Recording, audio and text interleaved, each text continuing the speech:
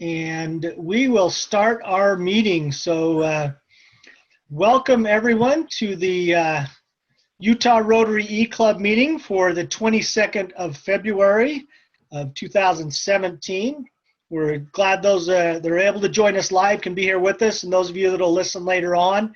I know you'll love this meeting. I've known Scott for quite a while, not super close. I'd love to get to know him better, but he has a great story and just a great guy. Him and his wife Becky are just stellar people and just giving and have huge, unconditional, loving hearts is the way I see them both. And we might get Becky on sometime because I think she has some fascinating stories in and of herself. And with I just lost his name. What's the young man from Australia? Emmanuel? Emmanuel, yeah. So many of you have probably seen Emmanuel's story from, he was on, is it Australia's Got Talent or something like that? No, Australia's X Factor. Okay, the X Factor, and just amazing young man, beautiful voice. And so maybe we'll have some stories of that in the future. I don't know if Scott touches on that at all. But we're super excited for tonight's meeting and for these what Scott's going to share with us. Before we start with Scott, I will start with a quote or thought prayer. I'm going to share my screen so that anybody that wants to see this can. So let me pull that back up here 1 second. This is a quote that many of you maybe have heard before. It's been floating around for quite a while, and it's a great story. Can you see that there, Scott? It's called The Man in the Glass. And let me. So this is I think it's just a fitting. And I don't know why it just kept coming to my mind today. So I'm just going to read this to you, and I just want to define, because a lot of times they substitute the word self for the word pelf in the front line, and the word pelf is probably ancient English, but it means riches or wealth. So here's the thought: the man in the glass. When you get what you want in your struggle for pelf, and the world makes you king for a day, then go to the mirror and look at yourself and see what that guy has to say. For it isn't your father or mother or wife whose judgment upon you must pass. The feller whose verdict counts most in your life is the guy staring back from the glass. He's the feller to please, never mind all the rest, for he's with you clear up to the end. And you've passed your most dangerous, difficult test if the guy in the glass is your friend. And maybe like Jack Horner and chisel a plum and think you're a wonderful guy, but the man in the glass says you're only a bum if you can't look him straight in the eye. You can fool the whole world down the pathway of years and get pats on the back as you pass, but your final reward will be heartaches and tears if you've cheated the guy in the glass.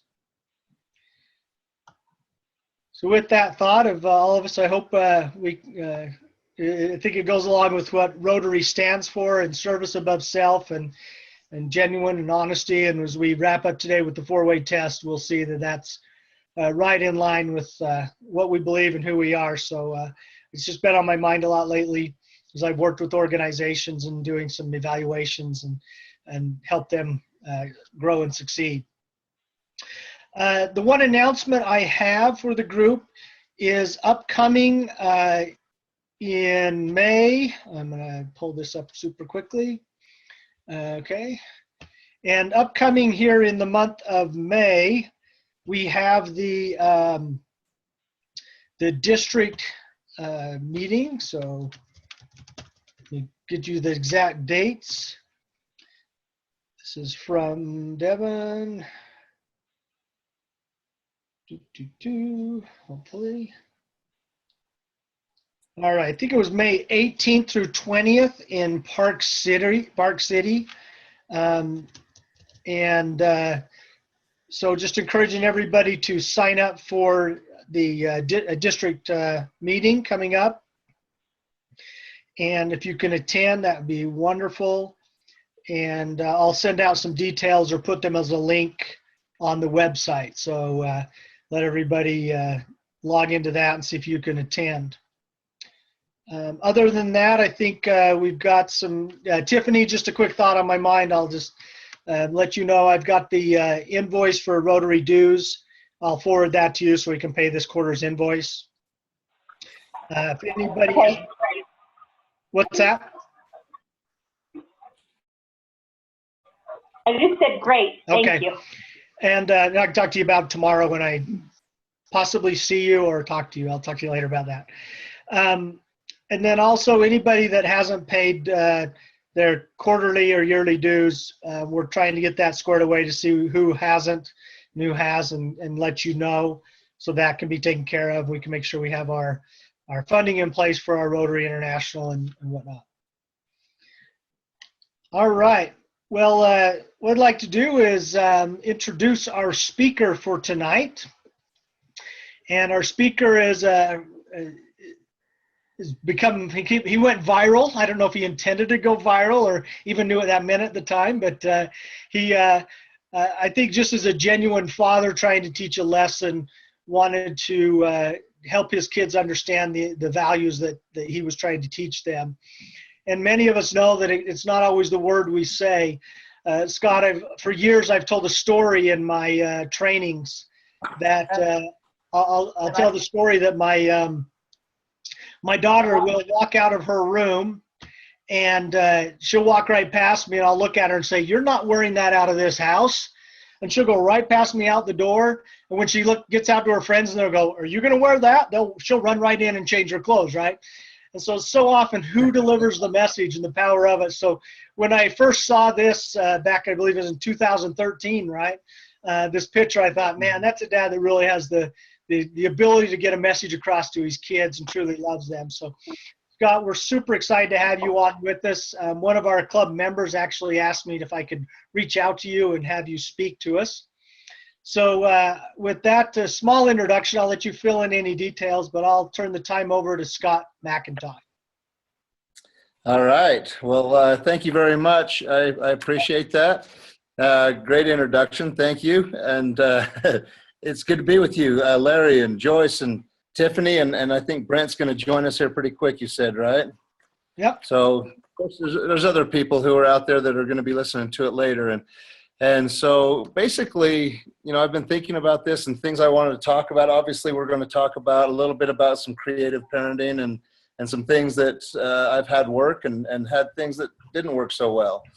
But the biggest thing that I like to talk about is the focusing on what we have instead of what we don't have, and focusing on what we want instead of what we don't want, or focusing on what we need instead of what we don't need.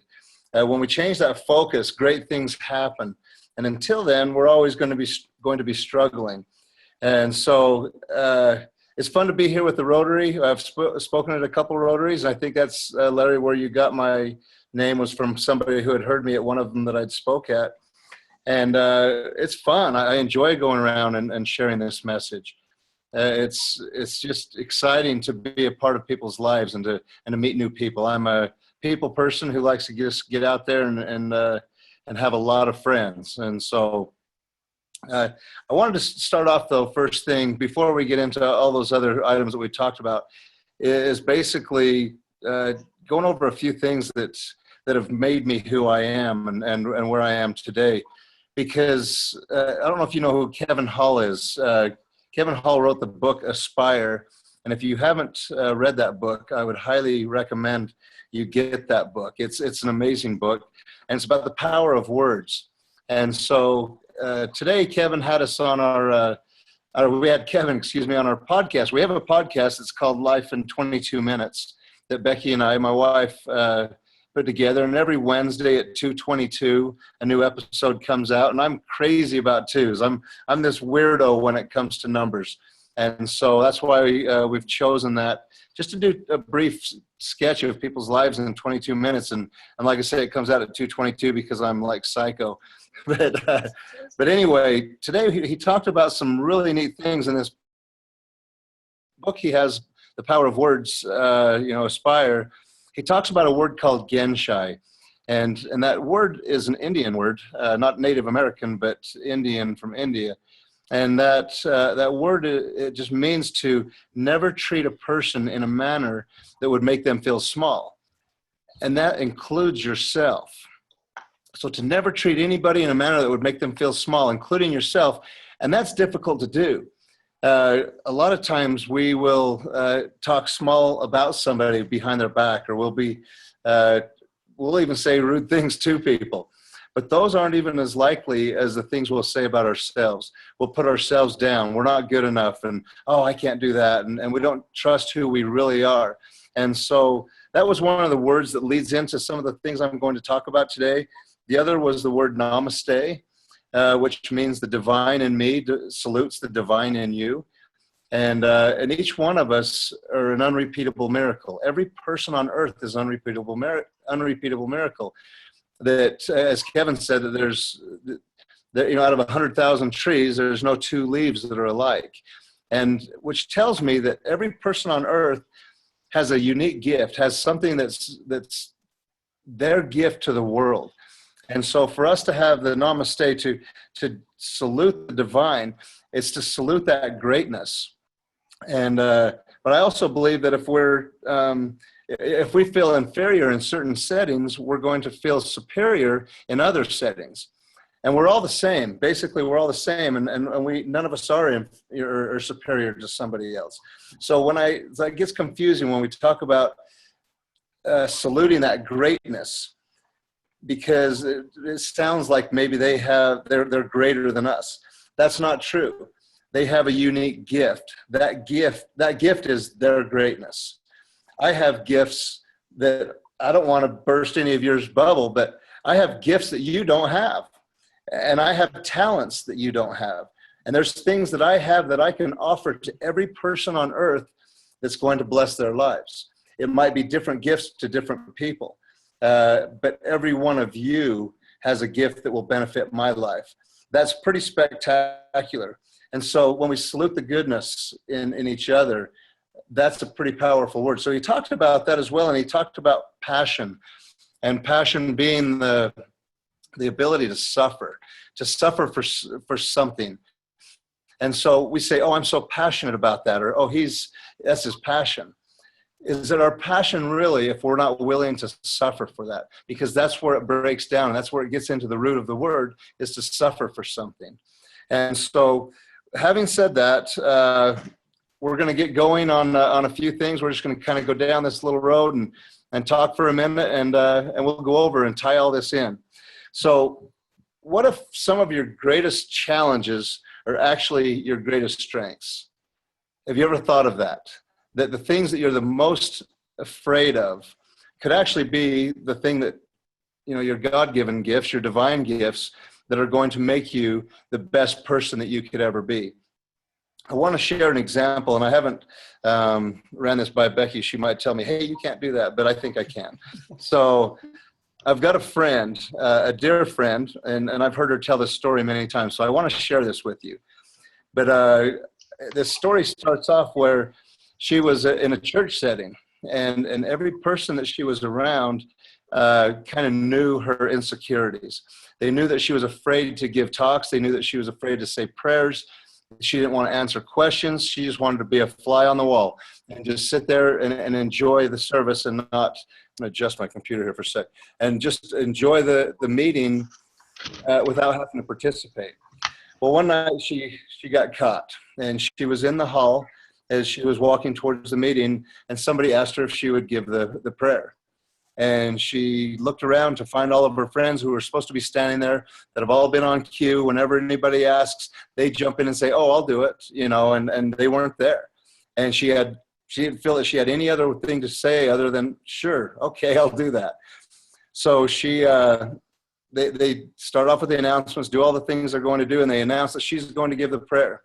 And it's just all on cue, just like everything has been in every meeting she's ever been to. And she stands up in front of this group of people. As she folds her arms and begins to close her eyes, she notices that they all close their eyes. And she saw that as an opportunity. And she skedaddled right then. She just booked it right out of that room and ran down the hall didn't look back, didn't know what their reaction was as their eyes opened, and because they were anticipating a prayer that never came, and they were gone, and she was gone. She jumped in the car, ran home. When she got there, her husband could see this look of horror on her face, and wondered what in the world had just happened. It had to have been pretty horrific. And so she explained what had gone on. And so anyway, he laughed, and they went back to church, and nobody ever said a thing about it. It was quite some time, and nobody had ever said anything about it. And still to this day, nobody has. But it's the thing that's funny about that is since then, she has decided to become a chaplain. And she is a hospice chaplain, and she spends all of her days, every day, with the care of families or people who are on their last few days of life. And she prays with them, and she talks about spiritual things, and she helps them to feel comfortable in what's happening, because a lot of them are quite afraid. And so this girl who was so afraid to face her fear that she was willing to run out of a meeting that is her greatest strength, is what she creates in other people's lives. And so we often don't realize what our strengths are. We don't realize when I say our divine gifts, what we have that we can share with others that nobody else on earth has, that nobody else has the ability to do what we do. And so anyway, having said that, I want to share something with you you've talked about, Larry, that we're going to talk about the situation that happened 3.5 years ago. It seems odd that it's been that long, but it still carries on, and it's something that my son said we'll be talking about at my funeral, and I'm sure we will. So basically, you know what? I can just tell you, I've got a story. I've written it in poem form. I'm kind of a poetry geek. And so I've written it in poetry form. So hopefully we don't lose you on this. And I'll just tell you the story this way. So let me tell you a story. It's magical of sorts. So you know what, though, Becky, I need you to get this PowerPoint up. So sorry, I had to yell to my wife and ask her to help me. I don't know how to run Mac. She's really good at this. So, I've got to do the screen share. Let's get this going so I don't mess it up. So here she is. There she is. There's my beautiful wife, No, everybody. I'm kidding. They can't see me. I'm off camera. I saw a glimpse. I saw her. So here we are. Okay, there you go. And then you just click that right there. All right. So let me tell you a story. It's magical of sorts. It involves me and my daughter and some two shorty shorts.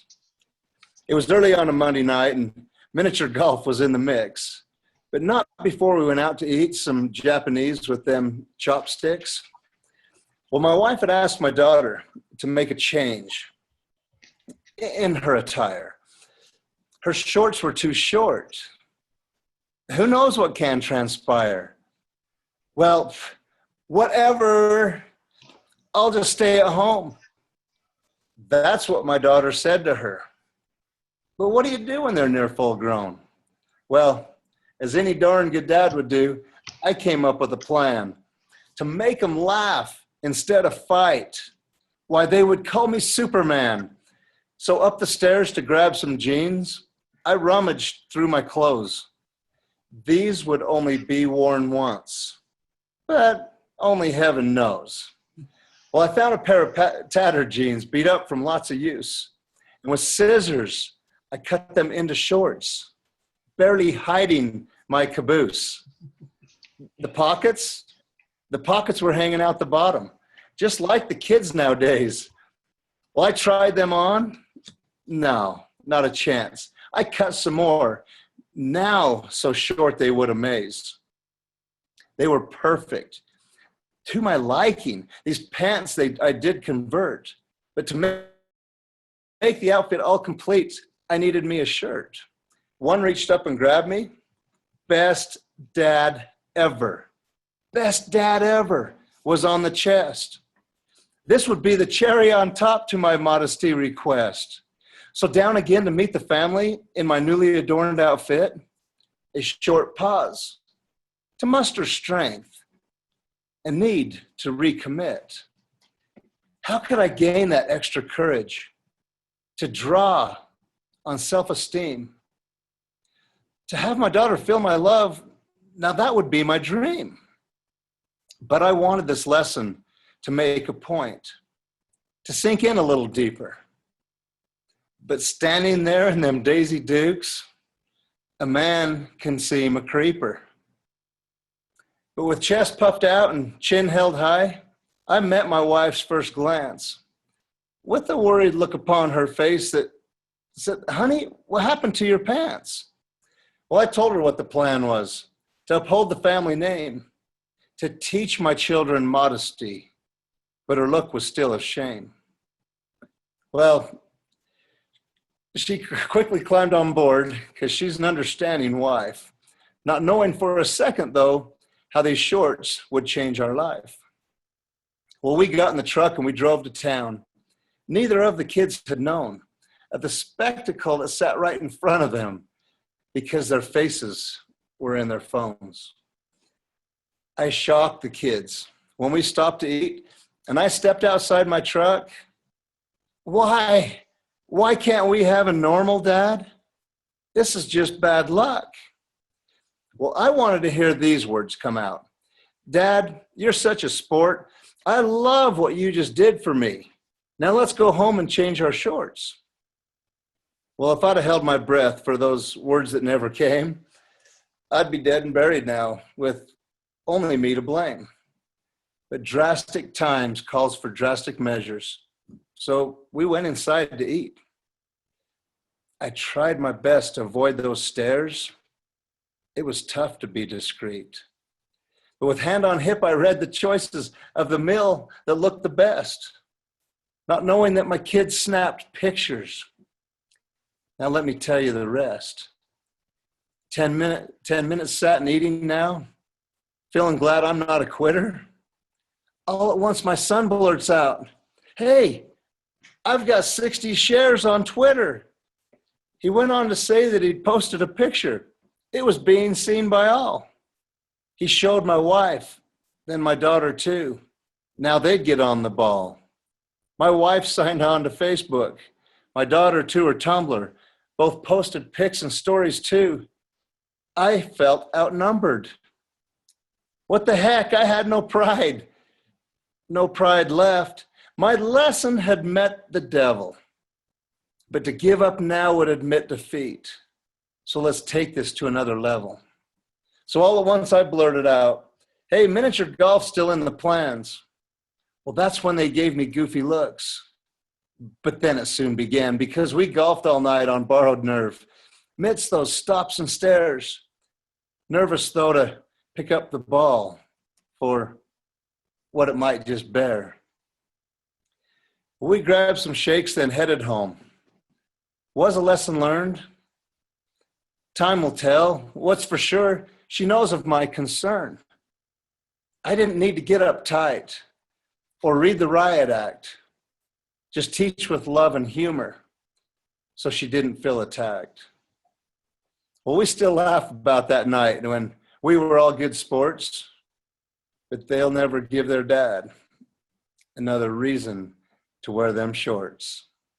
So there you go. There's the story of the poem and the shorty short night. So thank you for the applause, Larry. You're the only one I can see. I'm sure that that Joyce and Tiffany are just probably standing O right now, right? So anyway, I appreciate being able to share this with. I should have brought this and let you both listen to it.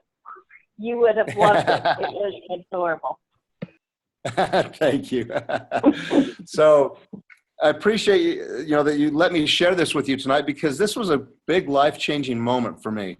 This is something that we're going along in life. We try to be creative parents and try to do those things which we think will affect our kids in the best way. You there? But the reality was that we just continued to have fights and battles and people say choose your battles, and this was one I was willing to choose and go into and give it all I had.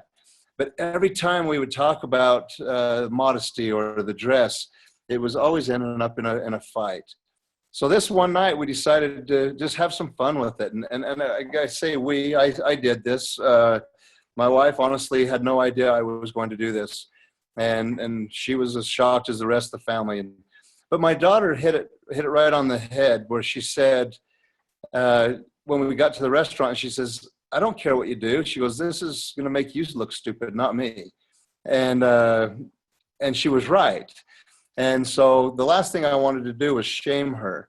I didn't make her stand on the corner in her shorts and put a sign on her neck that said, "Hey, my dad wants to make a fool of me," or anything like that. I tried to make something fun that would put the pressure on me and make me look like the strange one. I didn't want to shame her. But the thing that happened, and I want to share with you, the reason I speak about this, I would have just walked away. It would have been funny and life was moving on. But there was a moment that kept coming to us. And through all of these threads that we would get, all of these different articles, there was always comments. And this comment continued to come up. And that was this comment. Oh, just a sec, before I do that, sorry. I'm going to go to, I messed up here. I'm going to go, Becky, I've got it. So this is the comment that continued to come up. I wish that somebody cared about me enough to do something like that.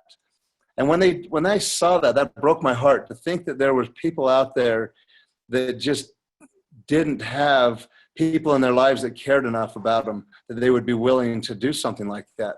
And that's where my friend Chad Hymas came into play, and he said, "Scott," he said, "there is a message here, and there's people out there wanting to hear it. People want to know how to deal with these normal things of life that they struggle with." And so that's where we began. But before we go there, let me show you real quick where it went. Just my daughter put this together, my other daughter, this little video that she did of the things that happened. So here it is. Well, where'd it go?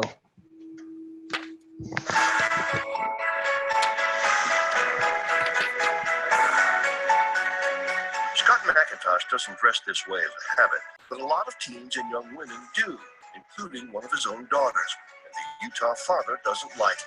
So, he later wrote, "I decided to make a small statement on how her short shorts maybe aren't as cute as she thinks."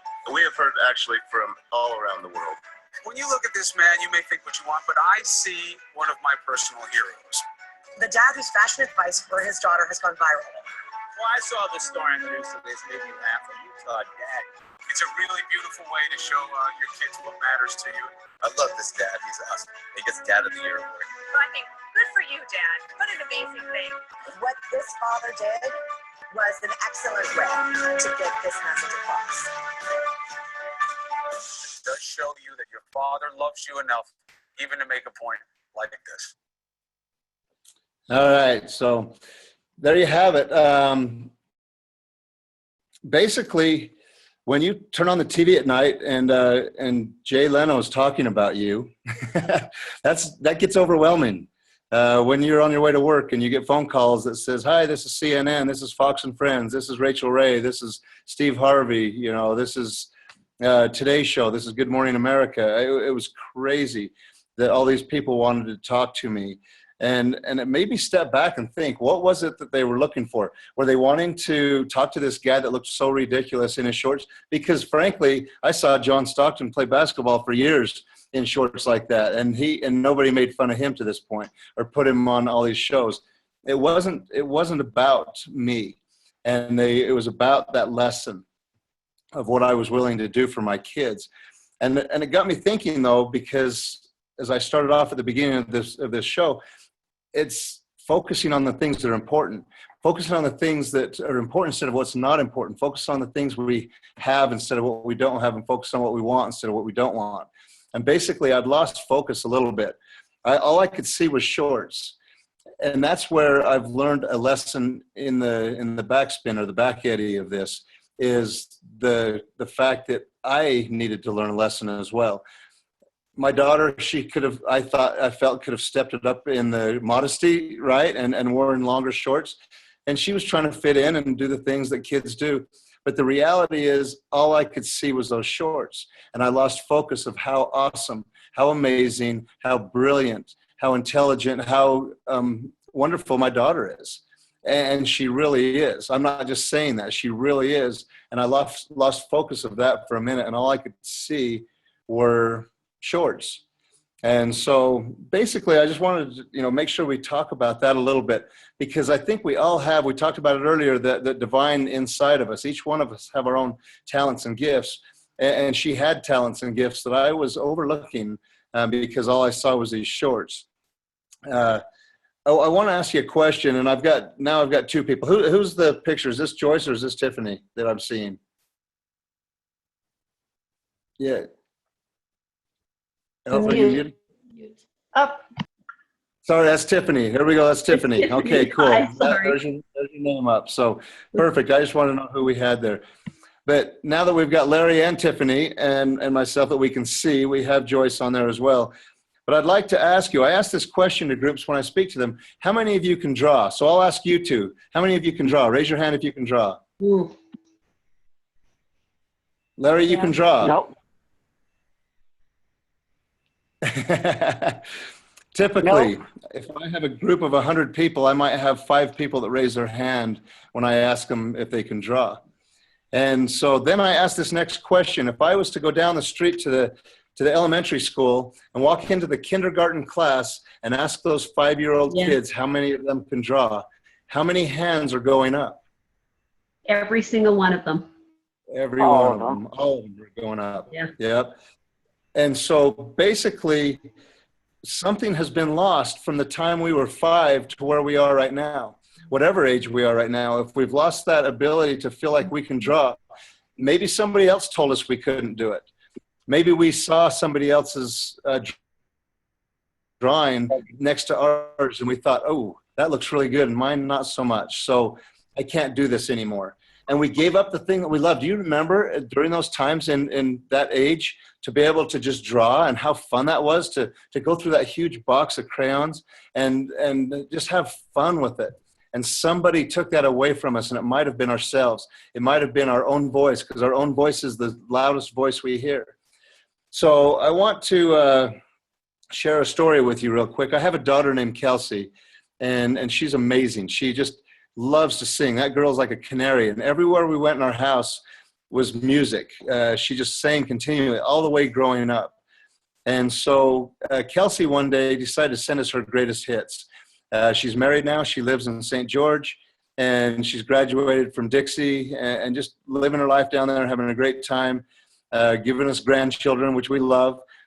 But she decided that everybody must be missing her music. So she sent us a greatest hits album. So here it is. There's Kelsey with her greatest hits. You're going to hear an excerpt from Phantom of the Opera of Kelsey and her greatest hits.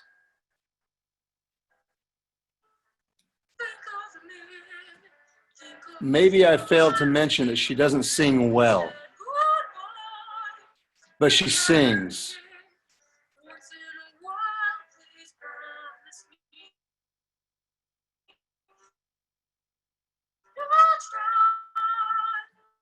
How many of us have to put ourselves out there and let people hear us when we really don't do what we love very well, but we're willing to do it anyway? Kelsey realizes that she doesn't sing well. She gets told that all the time. But she has a greatest hits album, and she gets to sing. She gets to do what she loves to do. With this greatest hits album, I can drive down the road in my truck and listen to that for hours. And not one other person in my truck can even listen to it for a few minutes. It's funny how that works. But what do I hear as a father? I don't hear any sour notes. I don't hear anything that's off key. All I hear is a girl beaming with confidence. And what father doesn't want to raise a daughter who has confidence? I love that. Her gifts may be different. Her talents may be different than somebody else's, but she shares that unique gift with anybody who will listen. She gets asked to sing at birthday parties, at different events. She'll get up in front of people and sing. She loves to sing. And they laugh. They laugh. Some of them might think it's a comedy act, but she doesn't really care. Because you know what happens when we get to, when we don't care what other people think? We get to sing, we get to dance, we get to laugh, we get to be ourselves. Sure, people will make fun of us, but you know what? It really won't matter all that much to us. That's a part of life that I want to get to. That's the part where I'm envious of Kelsey, where she's willing to do what she loves to do no matter what. Even though it's not her strong point, it's part of her gift. It's her gift. So anyway, focus on what you have, not what you don't have. Focus on what you want instead of what you don't want. And focus on what's important instead of what's not important. And those gifts will be opened and shared with everybody. And so right now, as I close this, I want to again say namaste to you, to know that there's divine in each of you that can be shared with every person on earth, that every person on earth can gain something from you. And I leave that with you right now in a namaste. Thank you. Namaste, everybody. Did we lose Larry? There he is. Namaste to you. Sorry, I had everybody on mute so we could hear you. So, yeah, namaste. Thank you so much. Appreciate that, Yes, Scott. namaste to you. Wonderful. That's Brent. Yes, it is. So we got a few minutes. I got to figure out how to get off. I got to get off the shared screen. What? Click on. I can't get it off the shared screen, buddy. So, All right. at the very Oh, bottom stop says, share. There we go. There we go. I'm so glad you're so smarter. What's that? So I just wanted to say thank you, Scott. And does anybody have any questions for Scott? Well, this is Brent, and I'll just tell you, spot on, Scott. You are right. You are right. I mean, I feel that. I do that. Yeah, you have your impediments, but keep doing it, and you will exceed. Yeah.